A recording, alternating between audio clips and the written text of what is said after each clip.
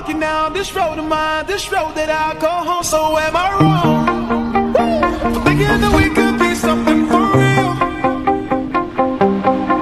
No, am I wrong for trying to reach the things that I can't see?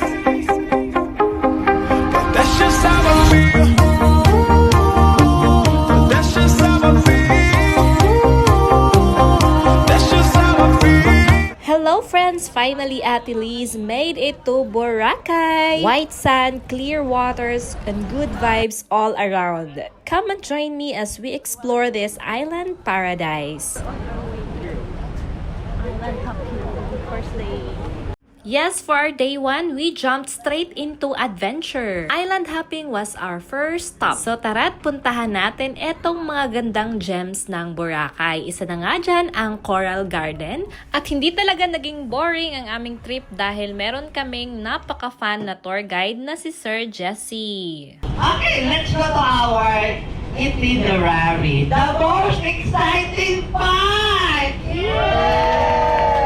So ladies and gentlemen, every day our itinerary, it depends the weather condition.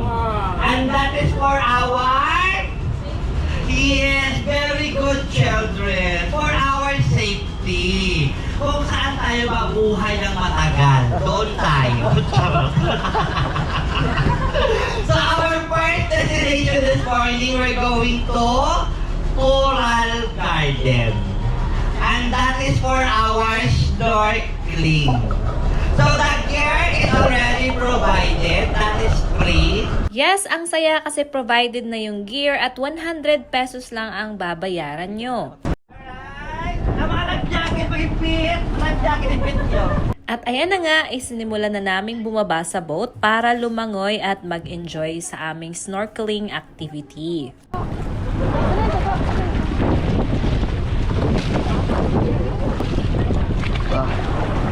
And yes, sobrang na-enjoy din namin kasi napakalamig din ng tubig dito sa dagat. Ang last na to inani basta uslog pa. Ay sorry. Bugnawas tubig. 3, go!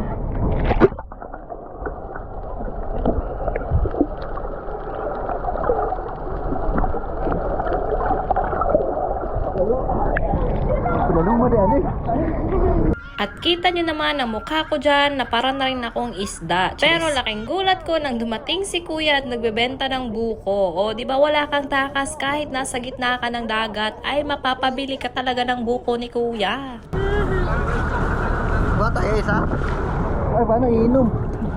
At ayan na nga't binilan na namin si kuya para naman may kitain siya kahit papaano sa araw na ito. Grabe kudos kay kuya, masarap yung buko nila. At ayan pagkatapos naming inumin yung juice ng buko is nagsimulan ako mag-snorkel ulit at ito yung aking POV. Grabe makikita nyo dito iba't ibang corals at iba't ibang isda sa ilalim ng dagat.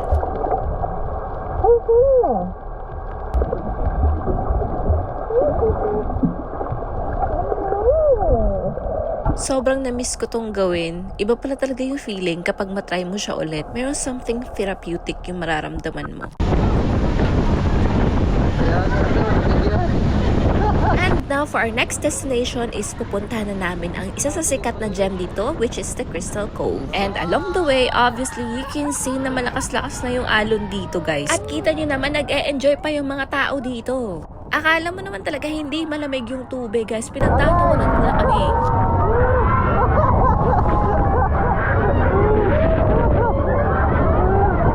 At ewan ko kung ako lang ba yung nakapansin or season lang talaga nito na malamig yung tubig nila dito sa dagat at pati yung simoy ng hangin is malamig. Dito kasi sa Mindanao, usually yung na-experience ko is medyo warm yung water sa dagat and yung simoy din ng hangin is medyo warm siya. And now guys, arrive na nga kami dito sa Crystal Cove. So kung hindi kayo familiar, ito yung small private island na marapit lang din sa Boracay. Nakilala ang island na to dahil sa kanilang hidden coves, mga sea caves, at scenic viewing decks. Yes, halos lahat ng mga nag-island hopping is bumababa talaga dito sa Crystal Cove. Dito naman, iba yung vibes na mafe-feel mo dito. Yung sun nila is hindi ganoon ka-pino, hindi din ganoon ka-busy dito compare sa Boracay, at hindi ganoon ka-commercialized. So more on relaxation talaga yung mga tao dito. And adventure kasi nga maraming mga kuweba dito, 'di ba? Along the way papuntang Cove 1 is marami kang makikitang areas na pwede kang mag-picture-picture kasi ang daming areas din dito na Instagram worthy talaga. Naipula. Ano? At kinalaunan, napansin ko is mahapdi at makati yung likod ko. At naalala ko, naramdaman ko yan nung nag-snorkeling ako. So feeling ko may dikyang nadikit sa likod ko that time. At ang maganda rin dito kasi yung tour guide mismo yung mag-o-offer na pipicturean ka kapag walang mapipicture sa'yo. Hindi ka mag-iisa sa travel na to. Ayan na nga yung Cove 1. Ito yung itsura niya sa baba, guys. Merong hagdanan. At na-surprise ako na marami palang tao dito sa baba, guys. So, ito na yung isa sa mga disadvantage ng group tour kasi ang dami niyong mag-picture at palilito ka na lang kung saan area ka mag-picture dahil maraming mga tao at photobombers.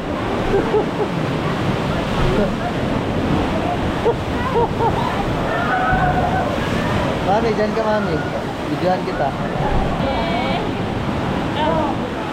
At dahil tapos na nga sila nagpicture sa spot na yan at hindi ko naman alam kung ano yan, basta yung alam ko is nagpipicture sila dyan, ay mapipicture na lang din ako. Kita mo naman yung smile, kala mo talaga hindi nag-struggle sa pag-akyat dyan. At pagkatapos namin nagpicture is umakyat na kami pataas, no? Kasi natakot ako baka ma-final destination tayo dito ng walang oras.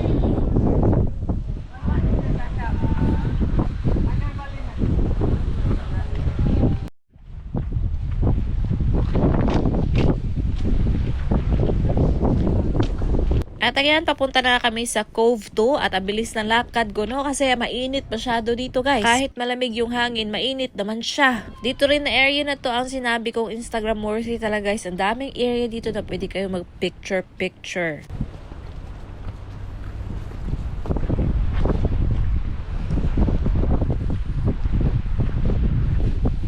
And along the way, may nakita kaming helicopter. Ewan ko kung totoong helicopter ba yan o disenyo lang yan para mas maganda yung area.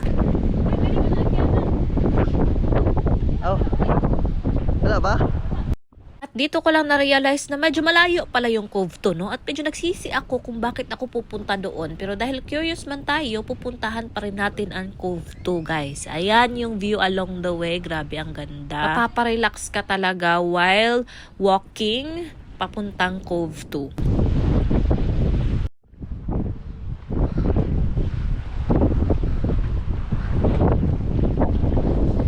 Onting lakad na lang, guys, is makakamtan na natin ang hustisya. Charis.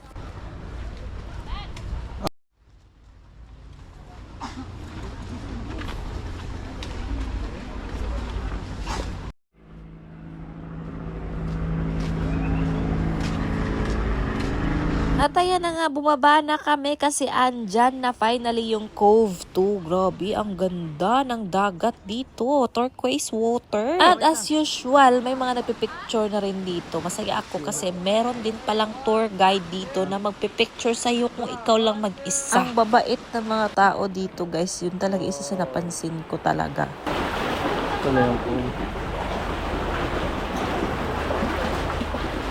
At pagkatapos namin doon sa baba is dito naman sa taas may mga area din na pwede kang mag-picture katulad nito. 'Di ba? Ang cute ng spot na to. Masarap tumambay dito, guys. And may Instagram worthy din dito na pond, guys, na ang ganda mag-picture din. Now, after the fun adventure doon sa Crystal Cove, dito naman tayo sa Tambisaan Beach. Ito naman is one of Boracay's quieter, less commercialized gems naman ito. Mas calm yung water dito and mas magandang mag-snorkel din dito. Malapit lang din ito sa sikat na Crocodile Island. At dito nga kami huminto kasi dito kami magla-lunch. Kasali na yan sa kinuha naming package. May libreng lunch na din.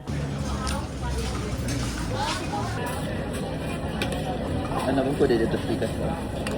Mami.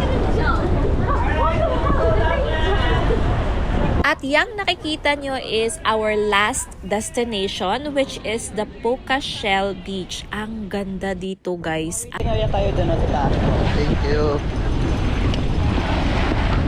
Yes, dito naman is Boracay's most serene and natural spots. Less commercialized din yung area na to dito. Pero may pagka-rustic and laid back naman yung vibe niya dito. At ay kinaganda dito guys is may mga photographer din dito na mag-o-offer sa'yo ng picture at ikaw nang bahala, no? Kung gusto mong humingi ng copy, magbabayad ka ng I think mga 1,000 or 1,500.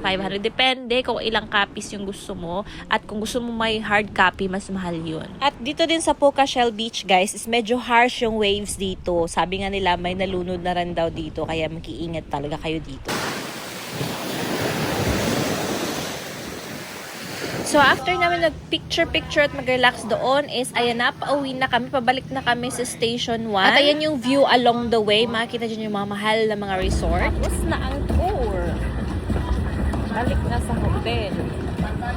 Dahil sobrang ginit nga, no, is perfect naman na nakita namin tong Coco Mama, kaya pinuntahan na namin. Isa rin to sa trending na dessert dito sa Boracay, guys. And located na to sa Station 2 somewhere in the mall. Grabe, sulit naman, para siyang halo-halo lang din na may maraming buko. Isa nga sa pinakamagandang parte dito sa Boracay is yung sunset. Talagang mai-inlove ka sa sunset dito, guys. Sobrang ganda. Golden hour, kahil na langit, ganun yung effect dito.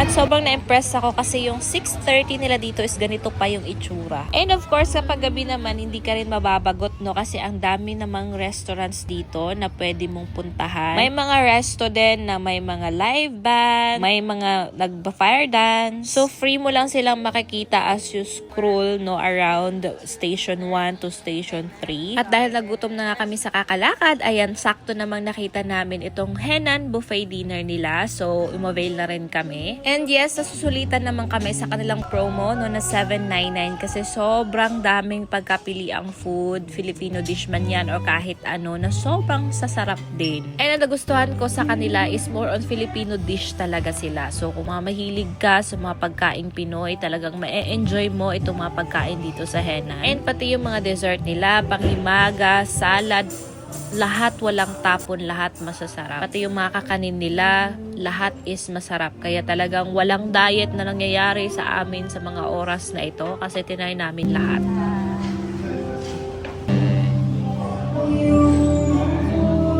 Kaya ang aming kinuha, guys. Ayan. Kita mo naman yung kinuha ko dyan. Wala nang calorie deficit na nangyayari dito. Kaya naman nadagdagan talaga ako sa 1 kilo, no? From 57, naging 58 ako after this vacation. Ganun lang kabilis. And ang maganda din dito sa Henan Garden Resort is meron din silang fire dance. So makikita nyo yung mga talented talaga na fire dancer. Grabe, mapapawaw ka na lang talaga sa performance nila, guys. Para kumakain ng fire itong mga to. Ewan ko kung bakit. Parang mga dragon.